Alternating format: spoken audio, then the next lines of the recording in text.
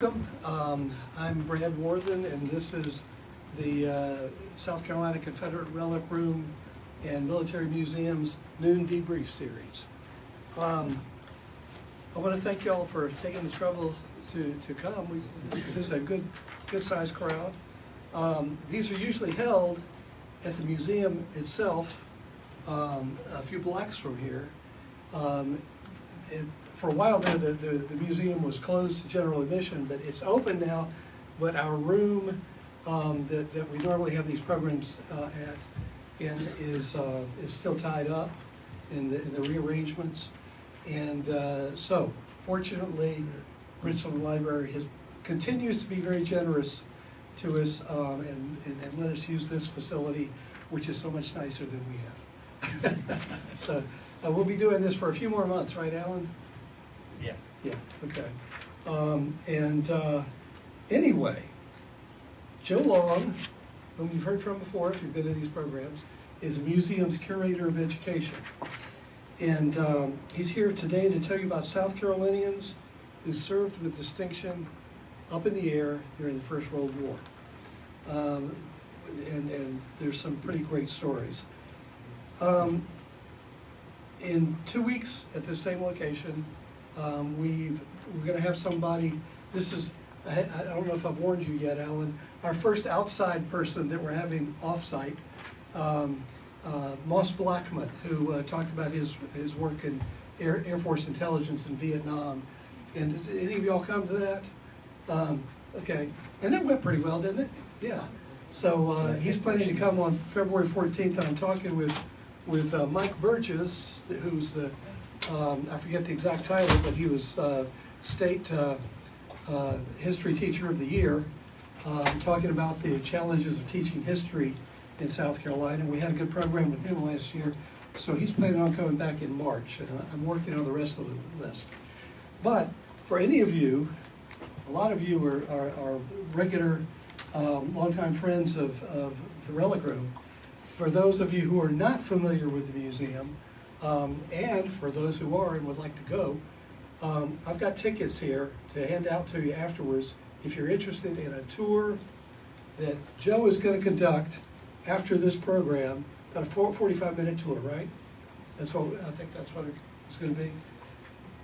That's what you committed to? I believe that is the hard and fast time limit I was given. So, Okay. Maybe half an hour, and I'll go a little long. Someone will tackle you and stop you at 45 minutes. Okay. As usual. Anyway, please welcome Joe, and I think you'll enjoy it.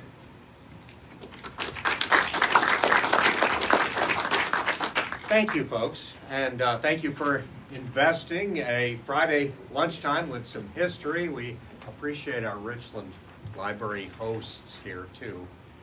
And we've got a fun topic today.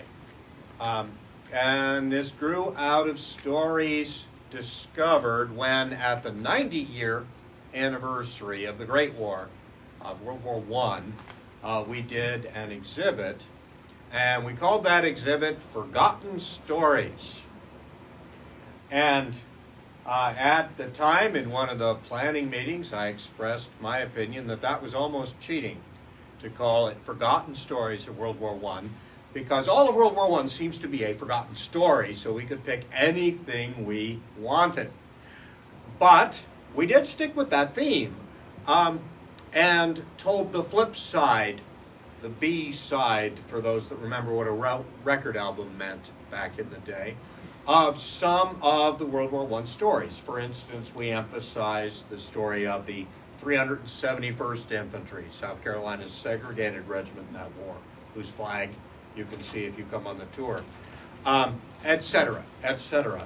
And when it came to aviation, aviation is a huge story in World War I, and 90% of the attention goes on a small fraction of aviation in World War I.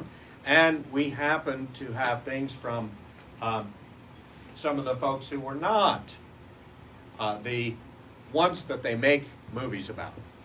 I don't think there's ever been a World War I aviation movie, correct me if anybody knows one, that's not about fighter pilots. And there's a reason for that. To set the scene a little bit, we have here a fairly typical aircraft of the late period of the war here. And, other than the engine and the weapons, we are talking about a wooden frame with canvas stretched over it. This is what you have between you and danger. This is what you have between you and plunging out of the sky. Flying at all was still a pretty dangerous and daredevil thing to do, much less flying in combat with other people deliberately trying to bring this fragile machine down. Now, the United States is not going to join the Great War until the aviation dynamic has advanced quite a bit. At the beginning of the war, the European powers, you still have guys flying voluntarily often for their governments with their private machines to prove that aviation can actually do something. Sometimes there are people who know each other from air shows before the war. They all have the same daredevil hobby. And in the earliest days of reconnaissance flying over the front, it was not particularly unusual for two pilots who happened to be on opposite sides to recognize each other's machines, wave, and go about their business. Well, the ground war was not very chivalrous, and this system in the air could not last for very long. Machines got better, missions got clearer. Not only do the movies focus on the fighter pilots, but they also often borrow a World War II scenario that people understand better instead of really talking about what the World War I aerial environment was. And we'll get into that a little bit more later. But the fighter plane begins to exist, the pursuit plane begins to exist as a specialized machine to shoot down the other guy's machines. And with this is the birth of a new kind of celebrity. If you think about the atmosphere of the trench fighting, it's just horrific. We think of the great poet and children's writer Rudyard Kipling as a jingoist. You read his World War I stuff, and it's deeply affecting, especially when you understand that his son with the Irish Guards was one of the men who just vanished on the front. You send tens of thousands forward, artillery barrages happen, people don't return to the trenches, you don't know what happened to them. It's never made clear. And so many people are getting these messages from their respective governments. We think your son is probably dead now. We don't have any remains or anything like that, but there was a big attack that day. It was very, very impersonal, the destruction in World War I. A few years ago, the popular video game franchise Call of Duty was coming out with Call of Duty World War I. And I was thinking, well, that's a game that should last about 3 seconds. You put your character in there, and then it tells you whether you were blown up by artillery, whether you stuck your head up over the wall, whether you made it all the way over the wall. There was no, or very little, glory on the ground. In the air, something different was going on, and the respective governments were quick to leap onto the tendency, whatever else these men did, it wasn't anonymous. You really could not fly at night or in bad conditions very effectively, so these brightly colored machines that are fighting over the trenches often have thousands of observers of their battles in the air. And as fighter pilots begin to accumulate victories, there's also a mythology that grows up around them. And by that, I don't mean that it's false. I do mean that they become Celebrities. The man on the left, of course, is perhaps the most famous pilot of all time. His German title of nobility was not actually Baron, but we declared him the Red Baron, and Snoopy made it permanent. He was actually a Ritter, a rider, or a knight. But at the beginning of the war, Manfred von Richthofen actually literally was a rider on a horse. He began World War I fighting on the Eastern Front against the Russians as a cavalryman wielding a saber. And later talked about the first time he saw an airplane fly overhead and the dreams that inspired. Well, he would go on to be the top fighter pilot of World War I if you're going to measure by victories. And that's how it was measured. That is how score was kept. Richthofen was a nobleman with certain senses of propriety. He was not vindictive. Should he happen to bring down your machine in his territory and you happen to survive, now remember, no parachutes on the Allied side. The Germans had some late in the war, which they often didn't bother with. But if you manage to make it out of the crash alive, you send a staff car to pick you up from whatever prisoner distribution point you were at, and bring you to the aerodrome to have dinner and talk things over before you went out for your internment for the rest of the war. He would have the date and your type of machine engraved on a silver cup to be part of his personal collection. By the end of the war, he has 80 of these personal cups. His death is an exaggerated example of this idea of chivalry in the sky.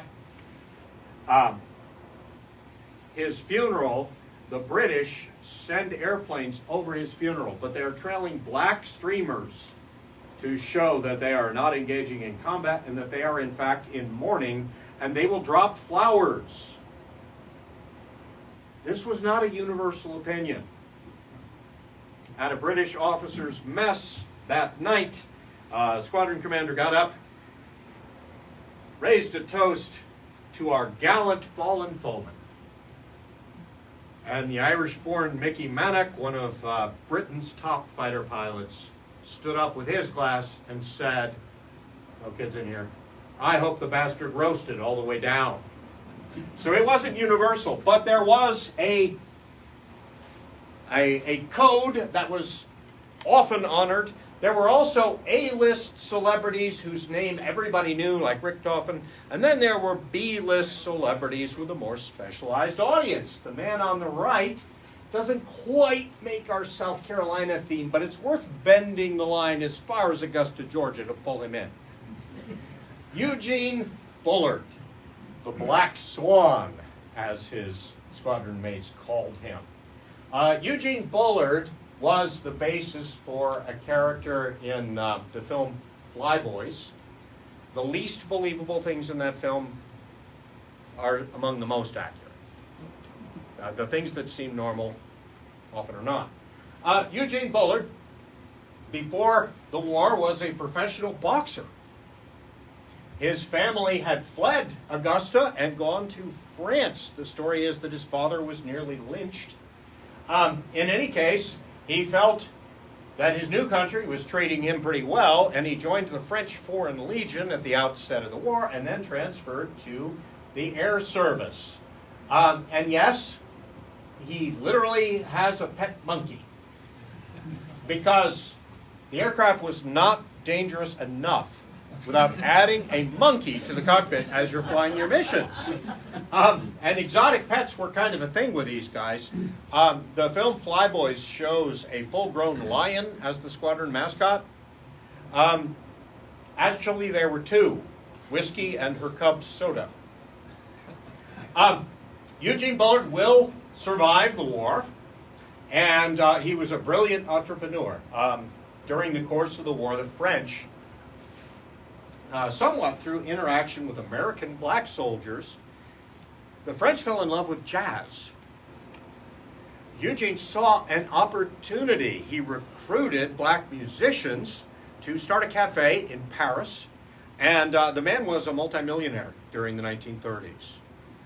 Really interesting life story and a side story to our talk today. By the way, the character in the movie shoots down more airplanes in one scene than Eugene Bullard did in real life. Nevertheless, that one is directly inspired. And the color schemes and the things that attended this show here. The last airplane I would ever want to fly in combat. I mean, you're a German. Which one are you going to go after? And you want to be the one who brought down the flying fish. And a lot of latitude was given to the pilots for the color schemes and so forth. And Richthofen's famous group became nicknamed the Flying Circus for their brightly colored machines. Part of the legend of the Red Baron was his painting his airplane all red as sort of an identification and challenge. And eventually he did give permission for other pilots in his squadron to use red in their color schemes, but never as the complete color scheme. That was all his. Usually the Allies were not so fancy, and this was a training and air show aircraft that happily never flew in combat. But a goldmine propaganda opportunity, and people are actually collecting little cards, almost like baseball cards out of cigars, of the various flying aces of World War I. By the way, that term ace, the Allied side somehow was come up with that the successful fighter pilot had shot down 5 enemy aircraft. The high-achieving Germans insisted it be 10. Because of the prevailing winds on the Western Front, it was more likely that the airplanes they shot down would fall in their own territory. That may have made a difference. In any case, this culture of air fighting was going on by the time Americans got over there, including Elliott White Springs. Elliott White Springs, on one occasion, shot down 5 airplanes in one day. He was a Yale student. Swagger and color and daring was the trio of words that somebody used to describe Elliott White Springs and how he presented himself to the world. He's also sort of kind of inspiration for a character in Fly Boys, the Bostonian, in that particular film, especially the rather thorny relationship with his dad. Elliott White Springs stands to inherit a fortune, but insists on going overseas to fight as a fighter pilot, and to do so ferociously. Now, this is the guy I'm going to give the least room to today because he's the best known story. Bert Davis, who's a good writer and historian of the last generation, and some others have done books about Elliott White Springs. He also did not miss the opportunity to do a book about himself, published anonymously as Diary of an Unknown Aviator, which gave him room to edit and massage things a little bit. And some good studies have been done about the difference between reality and what he wrote down later. By the way, this seems to be a strain in it's baked into the DNA of some fighter pilots. Pappy Boyington of the Second World War, both had an impressive career and a very impressive, not necessarily close to it, storytelling. And comparing the two gets interesting. This is a trope that's been repeated more than once. But Springs is more remembered for his influence on advertising. When I've given this as a homeschool program, I have suggested to the moms, this is the guy you can blame for everything you dislike in American advertising. His advertisements for sheets in particular were always pushing the edge, and he was the one who was sort of the pioneer of using sex to sell stuff. How to make an extra buck Well, there's another of these advertisements which shows a young Indian brave climbing out of sheets strung between two trees. They are obviously occupied, and the slogan is, "A buck well spent." So he pushed. And in later years, when he was sort of challenged on this, he said, well, yeah, it has gone too far, and I will say something for my advertisements. They were always clever, and they always actually had something to do with the product I was selling. This is one of the things he said in his own defense. He survived the war, came back, inherited the fortune, was a really interesting South Carolina character. He did like to show up to World War II training camps to give talks. And when he did so, he would be driven up in a fancy car, get out of the back seat, wearing a cloak and carrying a silver-headed cane. He liked to make that visual impression. And there's more you can read and enjoy about Elliot White Springs, our glamorous ace of World War I. So much of the flying in World War I did not have that aspect to it. And you look at squadron insignia, which were chosen. You want some kind of ferocious beast or avenging figure, something dangerous. You see, these guys have chosen a barnyard chick. And that's about how they probably feel up there as reconnaissance flyers. And when I said that things tend to be built around World War II scenarios, the novel, the comic book, the movie, we must stop the bombing raids, or we must help the bombers get through. That is not the World War I scenario. Aerial bombing was not very effective in World War I. At first, it was literally people dropping things by hand that were small enough to carry inside the cockpit. You can imagine the accuracy was not great, the payload was not great.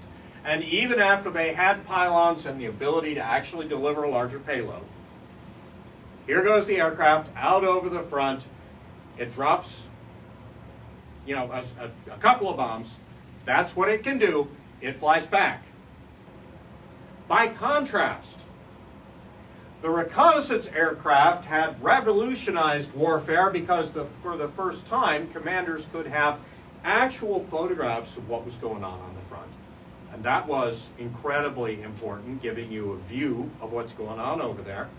And artillery spotting aircraft could linger over the front, and those shells, much larger than anything an aircraft could deliver, but challenged by the fact that they're shooting further than they can see, to have a forward observer in the air directing the artillery fire was a big force multiplier for the most dangerous thing on the front, which was the artillery. So these reconnaissance squadrons are the reason the fighter pilots are up there. The fighter pilots are trying to control the air so that the artillery spotting airplanes and the recon airplanes, and by the way, the occasional bomber, can use the space. So it's not simply a sideshow of these knights of the air jousting one another, but it doesn't affect what's on the ground. What they're fighting for is control of the air for, I guess I can't say more pedestrian airplanes, but more prosaic missions.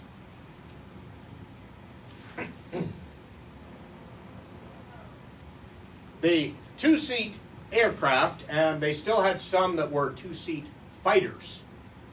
Air superiority fighters with an extra guy in the back. The second man in the crew is the gunner observer. And in many cases, he would be the higher-ranking guy and the commander of the aircraft. A man who served in both roles said that gunner observer was harder than pilot ever was.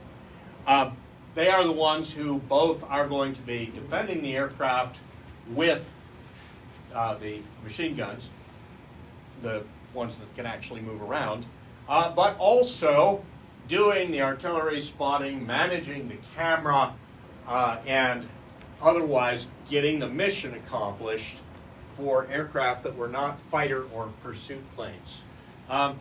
These photographs are both from the collection of William Harrison Saunders. You'll meet him in a minute. His name is written at the top of this book, a aviation silhouette handbook, because from different angles you had to be able to tell which side an airplane was on in a hurry.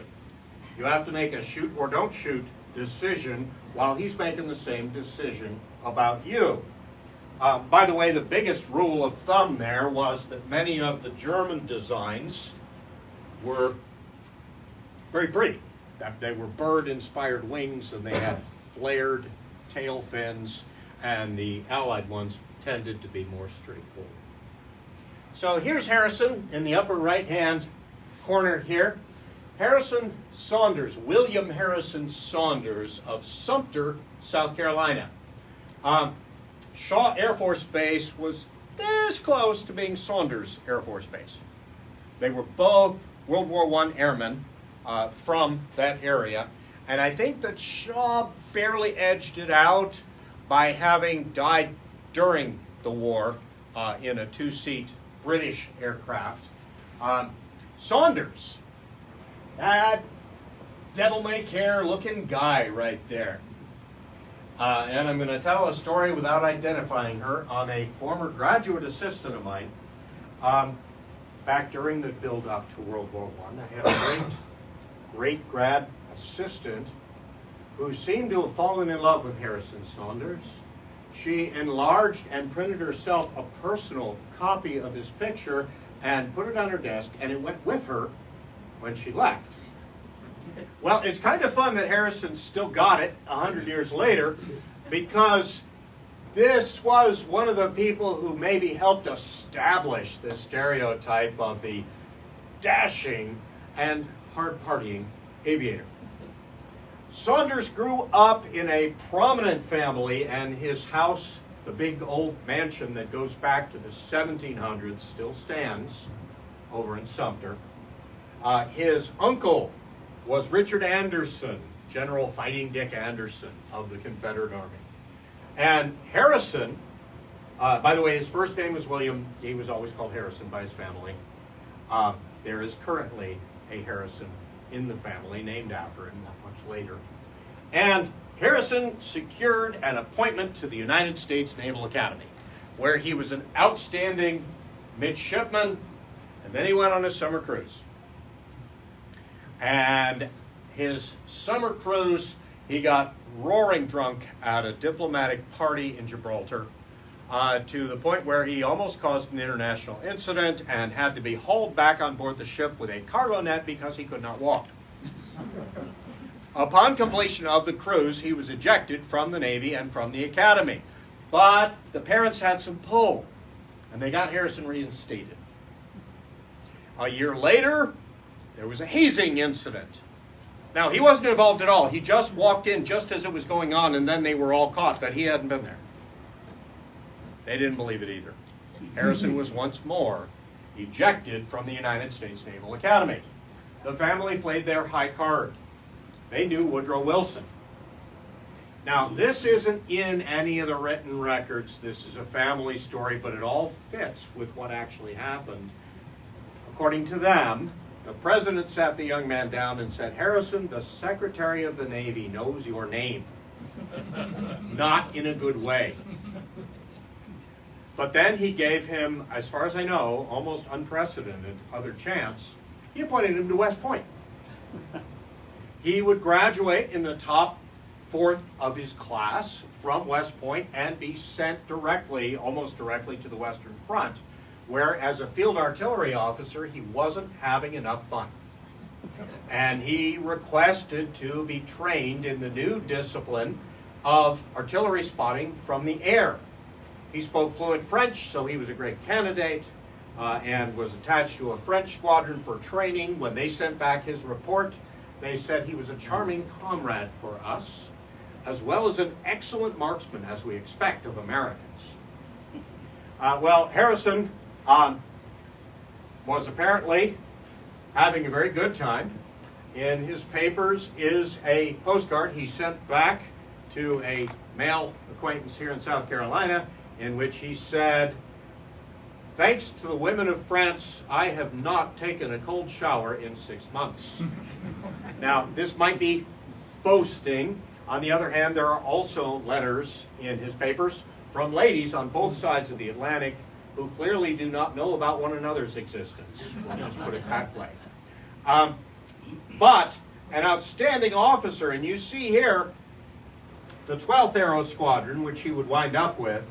The 12th Aero Squadron's got a vulture riding an artillery shell, and that is their primary job. Well, Harrison is the one who translates the French gunner observer training course into English and implements it within the American Expeditionary Force. And this is a pretty big contribution. Here you have more of a close-up on Old Carolina the 4th, it says on the fuselage. And I think we can clearly imagine what happened to Old Carolina 1 through 3. On one of the days that Saunders was awarded a Distinguished Flying Cross for, he had 3 airplanes shot out from under him as a gunner observer in one day, each time getting a new machine. Now, 1 crashed, 2 returned to base so shot up that they were scrapped and never used again. But he went out again to continue the artillery spotting mission.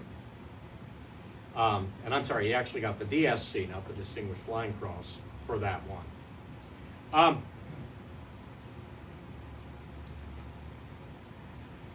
Saunders, a couple of pages here from the translation that he was creating. This one's really interesting to me. You have to lead the target in the air, of course. But if you are the gunner observer and the enemy aircraft is coming after you, his path toward you is somewhat predictable. So a monoplace, a single-place airplane, shooting on you, the point to be aimed at is either the center if he's coming straight at you, but if he's coming from a different angle, these are the points at which he's training to shoot.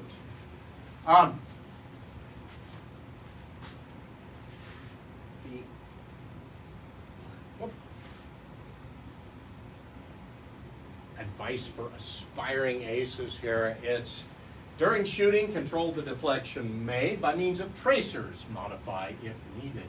If you have a wind vane, aim straight at the enemy plane during the whole fight, as the target deflection angle is 0.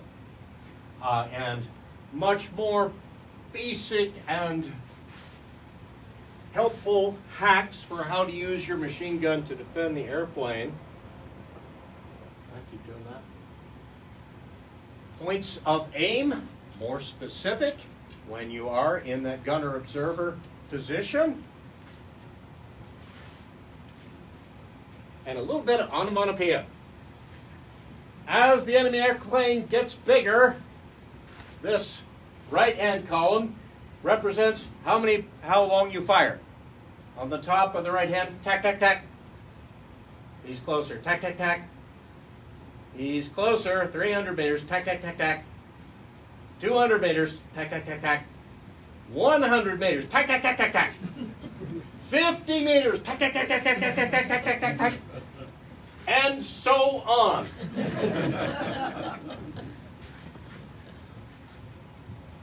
Immensely practical. So, Harrison's story is a tragic one. His squadron commander, Brereton, you can look up Brereton of the 12th Aero Squadron and find Fort Sill. And that's where you're going to train others in the skills that you've acquired over here in France.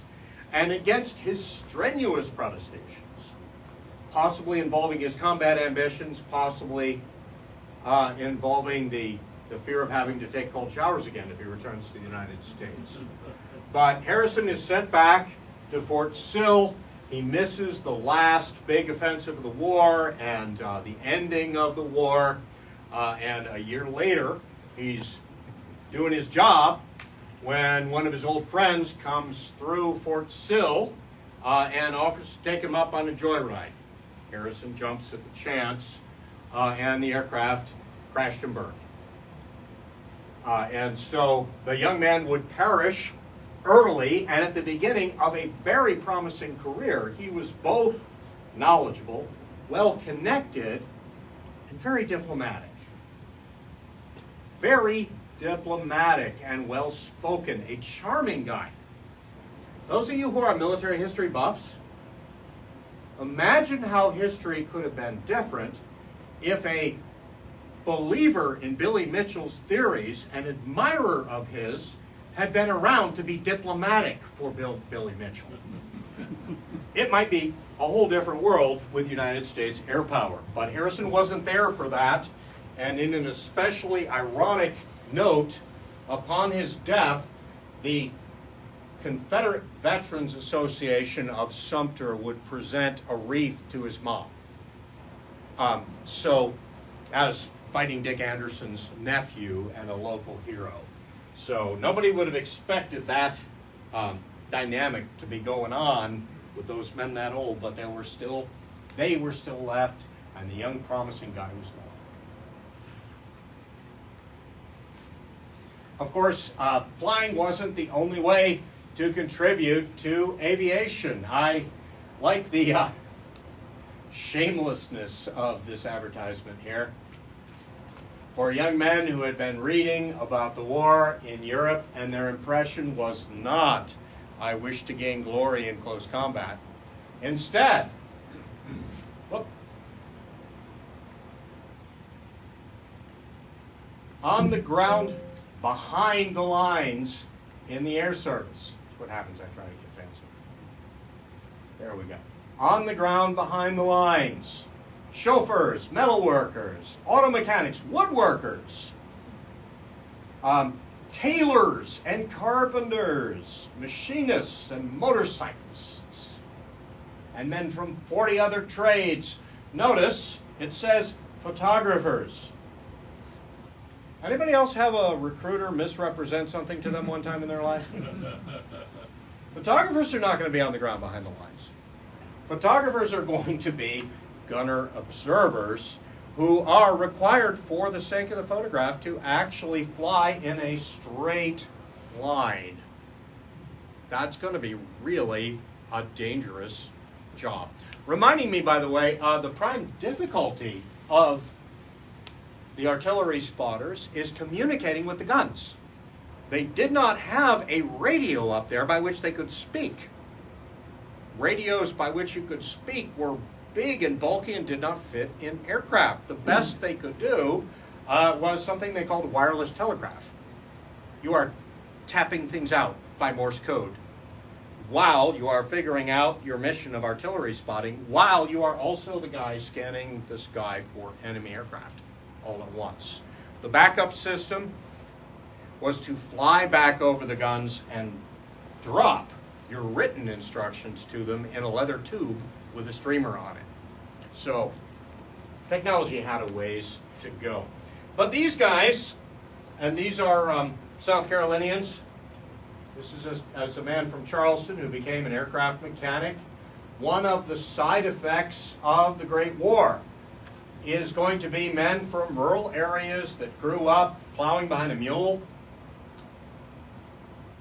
If you drove a tractor for 4 years, or the year of battle in France, if you were working with machines, you became confident and comfortable and skilled with the machines and dissatisfied with the idea of relying on the older technology. So that was a boost in some ways for our area. And these guys are air service mechanics returning from France in 1919. And that's a whole lot of technical skill developed and returned to the States. Okay, we talked about this, and you definitely can see here with the this model of airplane, the bird-inspired tail, so much nicer than what the Allies are using, aesthetically speaking. You had to be aware of that. The Americans, we invented aviation, and we did not upgrade. For the 3 years of the war, that the Europeans were getting better and better and better through competition with each other, we were in denial that we'd get involved at all. Our stuff still looked not too different from a Wright Brothers aircraft. Looked like a box kite with a lawnmower engine. And as a result, not one American-made airplane flew in World War I. Not a single one. The AR, or Avion Reconnaissance, second-hand from the French to our squadrons. Quickly, the men nicknamed it the antique rattle trap, what AR really stood for. And maybe that's one thing we actually learned from World War I, was not to be so certain we can stay out of the war that we just don't develop anything. So another guy related with the exhibit and with the Relic Room's own collection. These photographs are from the scrapbook. Let me see when it joined. But James Franklin Griffin took these photos and served on these airships. We don't have a photo of Griffin. We've got a great photo of his flight helmet, which those of you that come to the Relic Room can see in a little bit. But James Franklin Griffin was a young man in Columbia, South Carolina. He had once seen a hot air balloon at the state fair, but it didn't make that much of an impression on him. And in the aftermath of the sinking of the Lusitania, he joined the United States Navy in what he later characterized as, quote, a fit of patriotism. In a move that I do not recommend to any young person, he went off and got his U.S. Navy tattoo before he went to basic training. Don't do that. It worked out for him. And he took a fairly prosaic job. He was a clerk, what they call a yeoman. And he was sent over to France, where he did his clerking for a weatherman, a Navy meteorologist, also a reservist. The reservist here was one of Harvard's top meteorological scientists.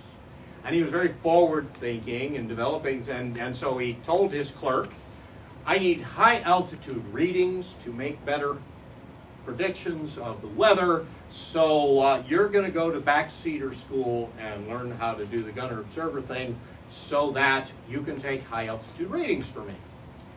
Well, to his own surprise, Griffin fell in love with aviation through this happening, despite being shot at least once during his training flights.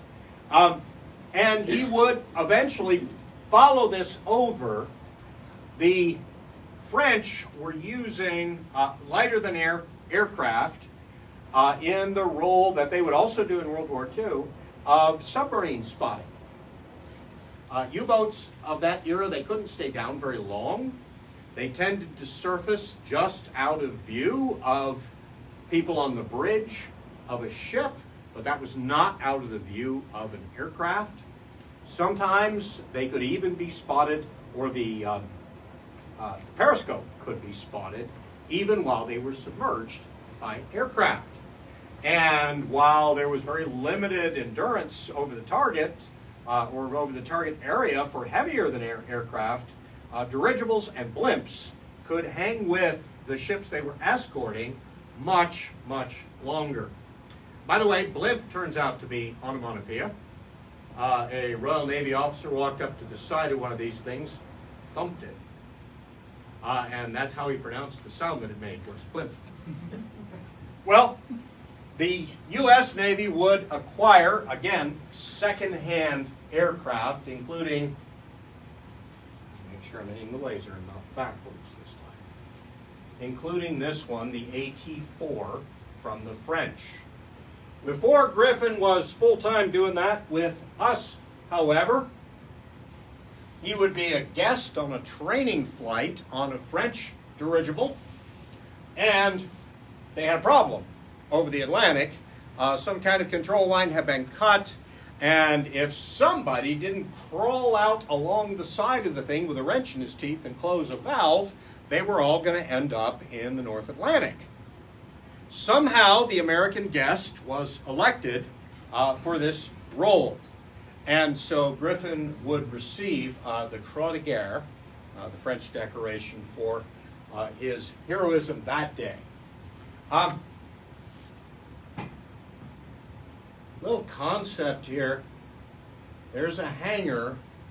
There's a full-size dirigible. So this is a huge base. The base would have one particularly distinguished visitor during the course of its existence. Go back to Griffin here. And there's a photograph in his scrapbook that shows.